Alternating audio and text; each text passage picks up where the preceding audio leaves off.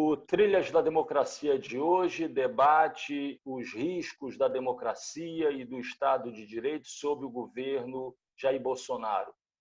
Os nossos convidados são dois professores titulares da Universidade Federal da Paraíba. Jaldes Menezes, que é professor do Departamento de História e do Programa de Pós-Graduação em Serviço Social, e José Pitozzi, que é do Departamento de Filosofia e do Programa de Pós-Graduação em Direitos Humanos. Jaldes, Giuseppe, sejam muito bem-vindos ao Trilhas da Democracia. Giuseppe, eu começaria te perguntando se hoje a sociedade brasileira, o Estado brasileiro, o Estado de Direito democrático brasileiro permanecem em risco sob o governo Bolsonaro.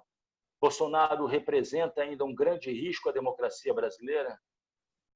Boa tarde a todos e todas. É uma satisfação estar aqui com o professor Marco, um amigo de longa data, e o professor Jaldes Menezes. Marco, eu acredito que o governo Bolsonaro é uma ameaça permanente para a democracia no Brasil. Em primeiro lugar, porque foi eleito através de um golpe institucional que depois a presidenta Dilma, sem crime de responsabilidade, retirou o candidato favorito, que era Lula. Assim, Bolsonaro encontrou um espaço político aberto que ele soube aproveitar. Em segundo lugar, porque Bolsonaro nunca escondeu os seus propósitos antidemocráticos e favoráveis à ditadura. Sua apologia à tortura, do assassinato dos opositores, a sua obsessão pelas armas, seu discurso extremista de ódio. Ele não deu, de fato, um estelionato eleitoral. Ele nunca escondeu as suas ideias fascistas autoritárias. E quem votou nele sabia o que estava fazendo. Por isso que algo de errado aconteceu se os filtros democráticos deixaram passar um candidato abertamente e declaradamente antidemocrático para maior cargo eleitoral. O terceiro risco é a democracia, porque ele nunca apresentou um programa, nunca participou de um debate público. Ele ganhou graças à manipulação do eleitorado através das redes sociais, do uso massivo do sistema que havia sido utilizado, experimentado pela Cambridge Analytica na votação da Brexit, pela eleição de Trump, essas fake news espalhadas através de robôs, slogans e memes repetidos obsessivamente. Como ele não tinha um programa político, governou e está governando a braços, conforme a conjuntura, com o único objetivo de se manter a qualquer custo no poder. Ele não apresentou um programa, mas desde a sua eleição lançou uma guerra cultural, esse é o termo, né? Um desafio ideológico contra o comunismo e tudo que não corresponde à sua ideia de tradição, de Deus, de pátria, de família, de propriedade. Uma guerra cultural contra a esquerda, para combater a ideologia de gênero, o marxismo cultural, o gramscismo, a pedagogia de Paulo Freire e o comunismo, que significa mil coisas. E, para concluir essa parte, guerra se pressupõe o inimigo. Na guerra, o inimigo deve ser aniquilado. Não é um adversário que deve ser respeitado que amanhã pode assumir o governo. A lição principal de Karl Popper e do liberalismo político de Bobbio é justamente de romper com a lógica schmittiana, amigo-inimigo, introduzir uma dialética democrática que administra os conflitos com a violência legítima do Estado e sem derramamento de sangue. Para começar a conversa, esses me parecem os motivos principais para os quais Bolsonaro representa uma ameaça à democracia. Jaldes, se encontram espalhados por vários locais do Nordeste, não apenas do Nordeste, mas ultimamente pelo Nordeste, vários outdoors, e muitos deles fazem a referência a um dos elementos que Pitozzi acabou de enumerar, que é o anticomunismo. Não lhe causa impressão o fato de, no ano de 2020, na verdade, desde 2018, a retórica anticomunista ter sido recuperada com tamanha força no Brasil, sabendo que, evidentemente, essa retórica foi utilizada por Trump, há muito tempo vem sendo utilizada por Berlusconi na Itália, mas na realidade brasileira não lhe causa impressão o uso exagerado dessa retórica anticomunista entre nós? E qual é a capacidade dessa retórica realmente formar, fomentar, multiplicar o seu eleitorado? Antes de qualquer coisa, é um prazer estar com você, Marco, e com meu colega do FPB, José Pitosi. Olha, a retórica comunista é algo permanente na história brasileira. Lembremos da doutrina de segurança nacional, que foi fundamental na agregação dos militares em 64, aquela ideia do inimigo interno. Tosi fez a menção, meio en passant, a Carl Schmitt, da lógica amigo-inimigo. Esse elemento eu acho que é importante do governo Bolsonaro. Não é? Porque mesmo que não exista no Brasil de hoje, há comunistas no Brasil, não é? Um movimento comunista de massas denso, como foi, por exemplo, até os anos 70, vocês que conhecem bem a Itália, do Partido Comunista Italiano, essa sombra tem um elemento agregador, porque no Brasil, né, as classes médias, os setores religiosos que cresceram no Brasil, eles precisam disso. Né? E Bolsonaro foi muito hábil em ativar esses preconceitos. Eu estava vendo essa semana os discursos tanto de Trump quanto Bolsonaro na ONU, e as respostas de lideranças como Xi Jinping, né, da China, e Putin, que não é comunista, não é? Mas da Rússia, que eles dizem como comunista, uma coisa me chamou muita atenção. O absoluto desprezo por qualquer formalidade de estadista da parte de Trump e Bolsonaro. Não é? Trump disse que existe um vírus comunista, um vírus chinês.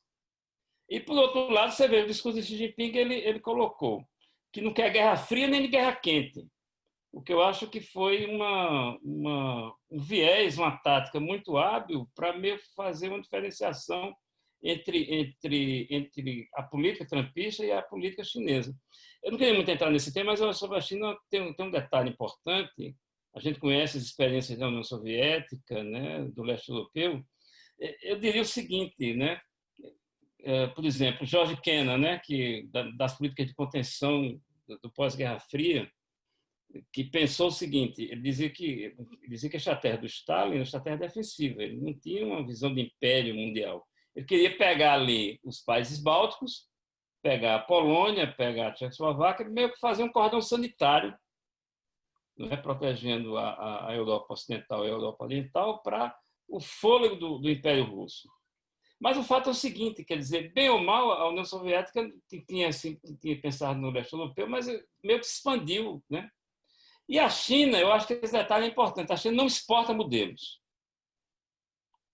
Né? Lá tem a liderança do Partido Comunista, certamente tem alguma ligação, é tão polêmico, né, o que é a formação social chinesa, não é o nosso debate aqui, mas o fato é o seguinte: na arena internacional, eles meio que querem fazer negócios, seja com qualquer país, qualquer ideologia, essa coisa toda. E no caso do Trump, né, isso vai marcar as futuras gerações. Se ele ganhar principalmente a eleição americana, ele está querendo fazer uma santa cruzada, o que se coaduna com o discurso do Bolsonaro. Voltando ao Brasil, e sendo agora bastante breve, eu queria colocar duas coisas sobre Bolsonaro e bolsonarismo, que aí são novidades no Brasil.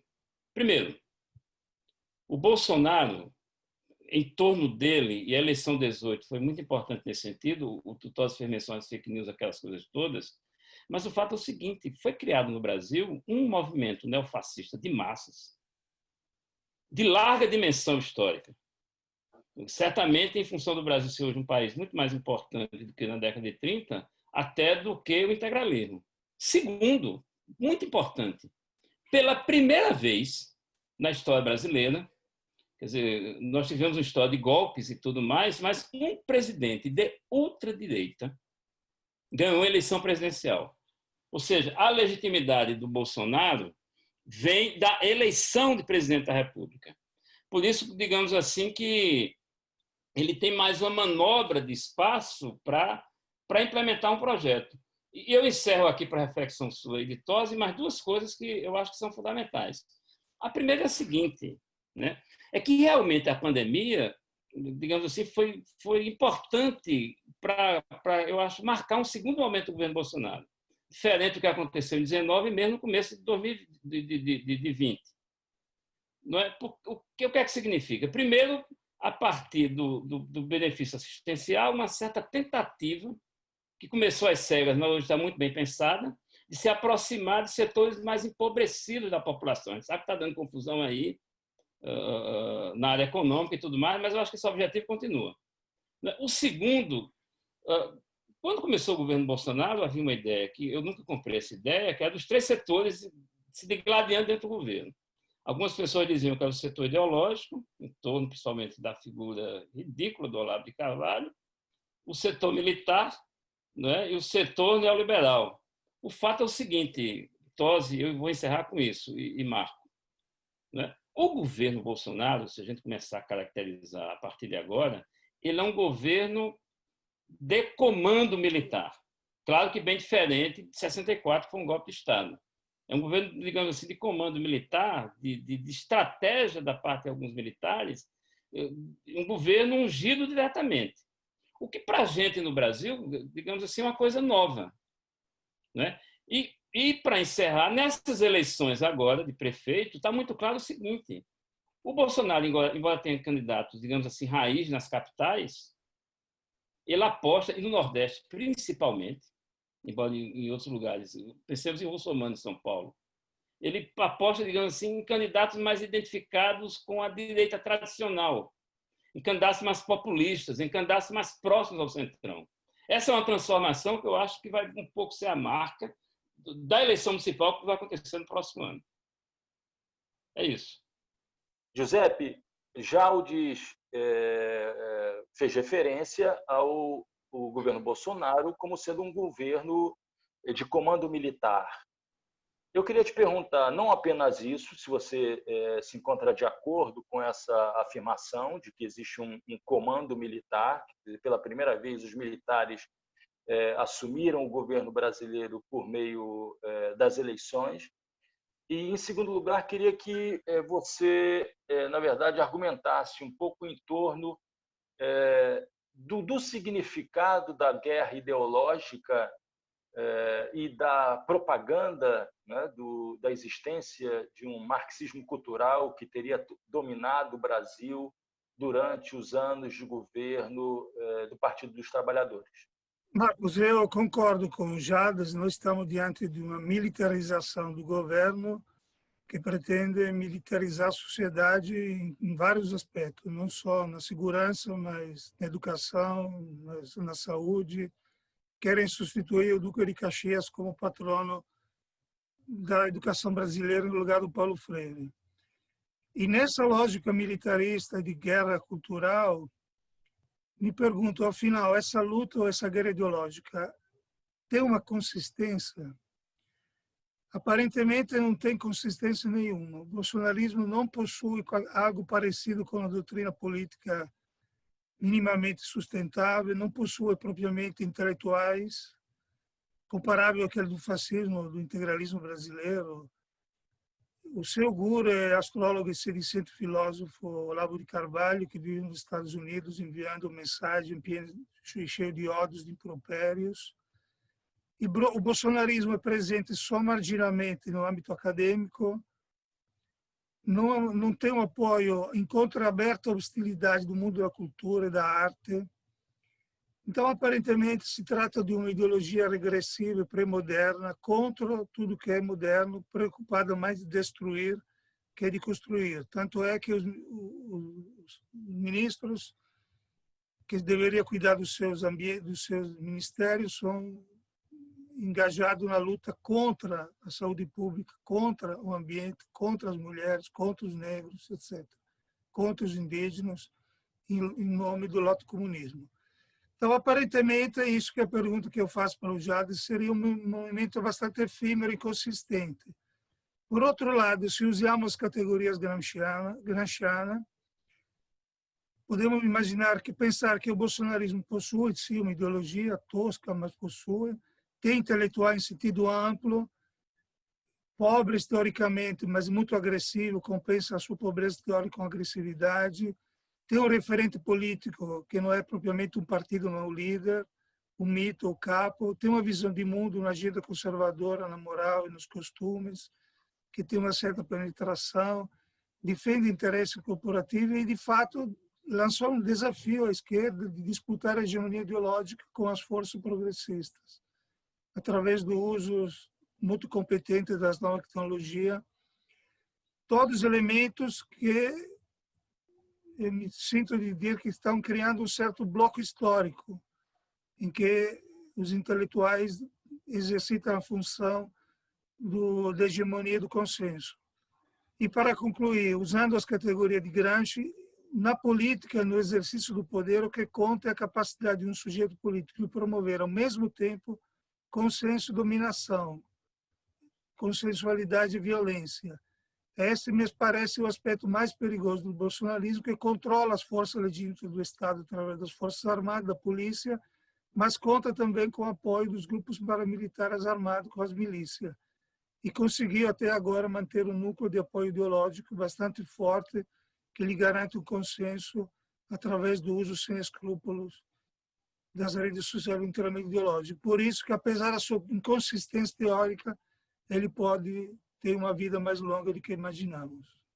Bom, já o Tosi fez uma pergunta a você, mas eu gostaria de complementar essa pergunta, dizendo o seguinte: essa declaração de guerra, né, do bolsonarismo contra as esquerdas, de maneira geral, não representa, com base nisso que Giuseppe acabou de descrever, não representa, em termos gramscianos, uma declaração de guerra da pequena política contra a grande política, ou dizendo de outras maneiras, né? Quer dizer, essa política do cotidiano, dessa política que não tem, na verdade, um projeto, uma estratégia para o Brasil, contra aquilo que havia sido elaborado, pelo menos nos últimos 20 anos, em relação a uma estratégia nacional desenvolvimentista, a retomada do nacional desenvolvimentismo no Brasil, com apoio agora não apenas dos militares, mas do Centrão também? Marco, a sua questão e as duas questões de Tosi, para a gente debater aqui, são muito instigantes. Você faz a menção a um trecho de Gramsci, pelo que eu percebi, que é a relação entre a grande e a pequena política. Quer dizer, o Gramsci, a pequena política é aquela política parlamentar do corredor, que o Centrão faz muito, das pequenas causas, das pequenas questões. Eu acho que o Bolsonaro tem a ver com isso, mas eu ousaria dizer que não é bem isso. Porque a gente sabe que o Bolsonaro tem alinhamento internacional, esse alinhamento internacional tem uma estratégia. Tosi fez menção ao marxismo cultural. O marxismo cultural compõe essa estratégia, né? Embora, digamos assim, os elementos da pequena política, do moralismo, do ressentimento compõem o bolsonarismo, eu diria que ele atende o eixo dominante estratégico. E aqui eu acho que o papel do comando militar, Tosi colocou bem, quer dizer, não são as instituições militares que tomaram o poder. O governo Bolsonaro não é um governo do Estado-Maior das Forças Armadas. É importante deixar isso aqui claro. O governo Bolsonaro é uma coisa, o Estado-Maior das Forças Armadas é outra.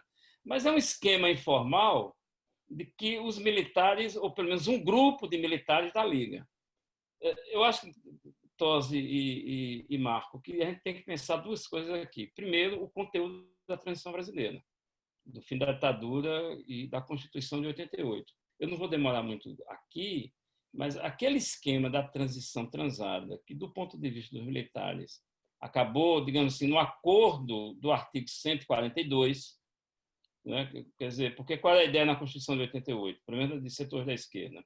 É que o papel das Forças Armadas é a defesa da pátria. Então, o general Leônidas Pires Gonçalves ele introduziu aquele artigo, que é um artigo que tem uma zona de ambiguidade, que os poderes podem chamar as Forças Armadas para garantir a lei e a ordem. Esse negócio hibernou, isso é verdade. né? Uma certa hibernação que a gente pensava que essas questões do passado brasileiro não voltariam. Claro, houve já GLOs no governo Itamar, houve alguma coisa no governo Fernando Henrique. A questão do Haiti no governo Lula foi fundamental, mas a explosão é o governo Temer e, principalmente, a intervenção militar votada pelo Congresso no Rio de Janeiro. Aquele é um momento, fevereiro, eu estava lá no Senado, né? Eu era servidor do Senado nessa época, foi um momento fundamental. Porque ali eu acho que ficou claro o seguinte, que a longa germinação, né, desse setor e o papel do Olavo de Carvalho, né, a ideia do gramscismo, a ideia do marxismo cultural, né, a mudança de estratégia foi muito importante, e aflorou. E o processo do Lula, muito importante, o habeas corpus do Supremo, o Twitter, o famoso Twitter de General Vilas Boas, diz o seguinte: olha, a questão da tutela militar não foi resolvida. Esse é um passivo da Constituição de 88 que aflorou fundamental neste momento. Eu diria, e para encerrar um pouco essa discussão, né, eu acho que aí entra a discussão gramscismo, estratégia gramsciana e tudo mais. O que vai ser o futuro do Bolsonaro e do bolsonarismo, a gente não tem claro. Isso passa um pouco pela eleição de 2020, mas principalmente a eleição presidencial de 2022. Ele joga tudo nisso. A eleição de 2022, nesse sentido, vai ser importante, mas qualquer que seja o destino desse setor da sociedade brasileira, eu acho que, em primeiro lugar, ele veio para ficar. Então, um setor com mais ou menos votos, com mais ou menos problemas de apoio popular, de ultradireita, com um certo papel de massas na sociedade brasileira, vai durar, sei lá, uma geração. Pode diminuir, o bolsonarismo pode ficar com impasse, mas o caldo de cultura da sociedade brasileira, eu acho que acarreta isso. Em segundo lugar, é o seguinte, eu sei que são situações diferentes. A analogia histórica é um negócio muito complicado, mas a estratégia do Bolsonaro é um pouco a de guerra de posição. Como foi, eu acho que não é forçação de barra, a do Mussolini entre 22 e 26. Né, entre a marcha sobre Roma e o novo momento do regime fascista na Itália. Como foi esse negócio? É muito interessante. O Hitler, entre 23 e 29. Né, um lento processo de acumulação de forças. O Bolsonaro tem esse processo no Estado. O Tosi falou muito bem. Eles têm uma preocupação com os aparelhos culturais. Né, e não esqueçamos, né, que o mundo está em convulsão. Né? A Assembleia Geral da ONU, nessa semana, a gente viu isso. Né? A clivagem entre a China e os Estados Unidos está posta, e o lado do bolsonarismo e desse setor das Forças Armadas está claro, é o lado dos Estados Unidos. Né? E é isso que o Brasil e a América Latina vai se desdobrar e vai passar nos próximos anos. Então é isso, Marco. Não sei se respondi. Giuseppe, quando da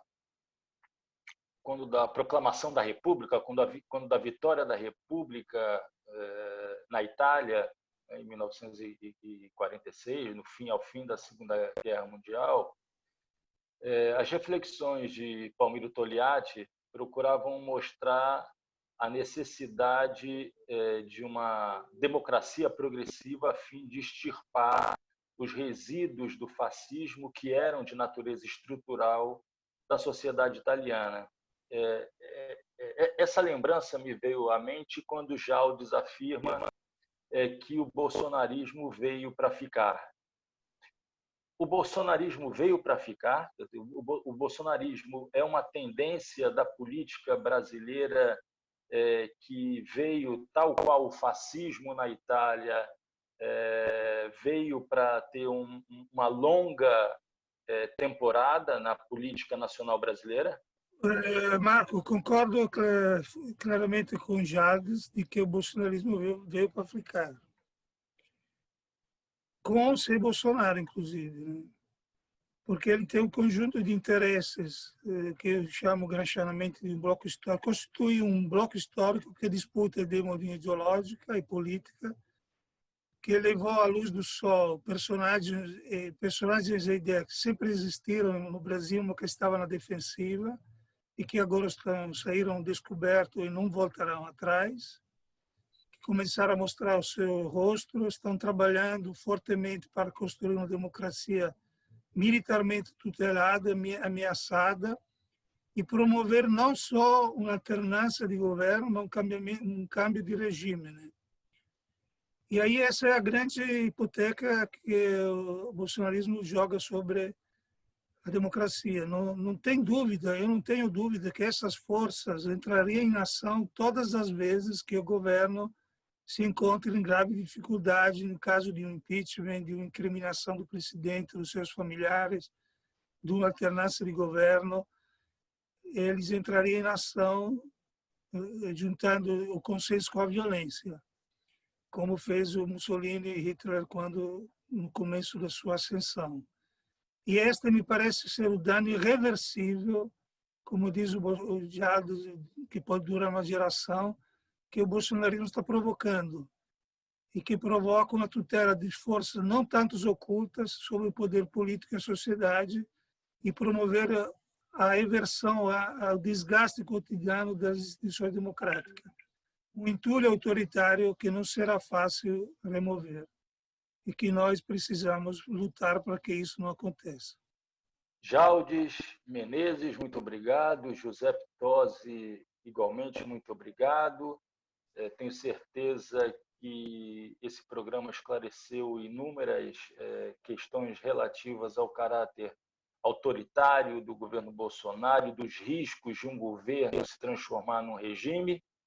E o Trilhas da Democracia volta na próxima semana, sempre debatendo temas relevantes, que discutem sempre a democracia e os direitos humanos.